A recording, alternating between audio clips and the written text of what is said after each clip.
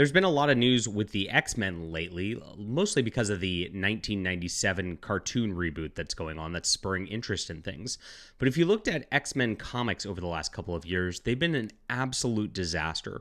And that trend's looking like it's going to continue. We know that Ultimate X-Men is coming out, of course, on the heels of a reboot of Ultimate Spider-Man, hoping that they're going to get some coattails ridden on that, where we've seen that it's really just another self-insert of like some teenage girl thing rather than actually an X-Men book. That's going to be a disaster. We've seen, of course, how Nightcrawler has been retconned to be this like kind of like lesbian love child sort of thing, which was really creepy. And now, of course, we have a relaunch fully coming through where we know that Tom Brevoort, the editor, is going to say the message is the story. And of course, we understand that means identity politics are going to be a forefront of this relaunch. But it gets worse from there. It's all about like the way the talent's treated. And of course, Marvel Comics just churns through people like they're, AI that's disposable, basically. They're not paying their talent very well.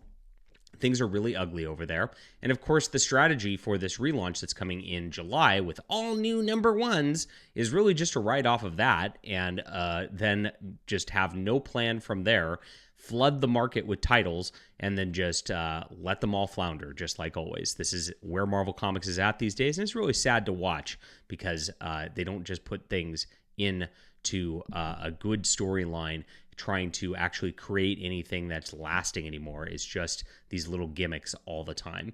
Let's get into the news right now. My name's John Delarose. I'm a #1 best-selling author and award-winning comic creator.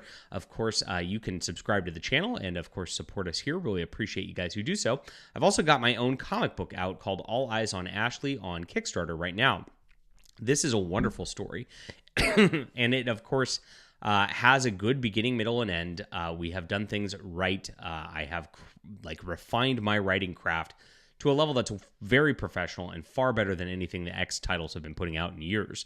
So check this out. It's on Kickstarter. I'll put that link in the description below. Really appreciate everybody who's supporting our art here. All right, here's the news of the day. We have an industry insider who actually talked to us at Fandom Pulse and pointed out that there's some bad things going on with this relaunch. I mentioned the fact that the message is the premise is going to be a part of it. Here's Tom Brevoort, the guy in charge of the X titles right now, who's caused a lot of troubles for Marvel Comics over the years with his poor editing jobs. And we're seeing at this point that Marvel Comics, like most of them really don't even reach 15 issues. Wolverine's going to get to a 50th issue, but they've been rebooting all their other titles within the X universe over the last few years with these storylines, with new #1s to try to keep them going, changing things up within the line because they just don't last. These storylines, people will pick up the #1 issue, go, this sucks, and of course move on. We've had a lot of that. We had like Vita Ayala writing some of this stuff, and they just turned it into a big lesbian fest all over Marvel. This last event, like the Hellfire Gala, which is like some weird like fashion show, it's like, who are they trying to appeal to with these X-Men storylines? It doesn't make any sense whatsoever. Well, they're rebooting it once again, and canceling every single X book in May. Every single one. And of course, that's going to just reset for new #1s. Now, what this insider told me, they want 10 to 12 different series in X-Men per month, making around 40 to 50K sales. They think that people will go in and buy every single one of these. And if you look at Marvel Strategy and Krakoa, they actually released these trade paperbacks where they gave like one issue, like every month of the X titles issues in that trade paperbacks to try to encourage you to follow the entire line, not just like the main storylines and all that. Everything was so crossed over, everything was so interconnected that it made it a big convoluted mess. I tried to read just the Jonathan Hickman stuff because he's the only good writer they had at the beginning of this, and it just didn't work because so much was going on in other titles that you like missed half the story.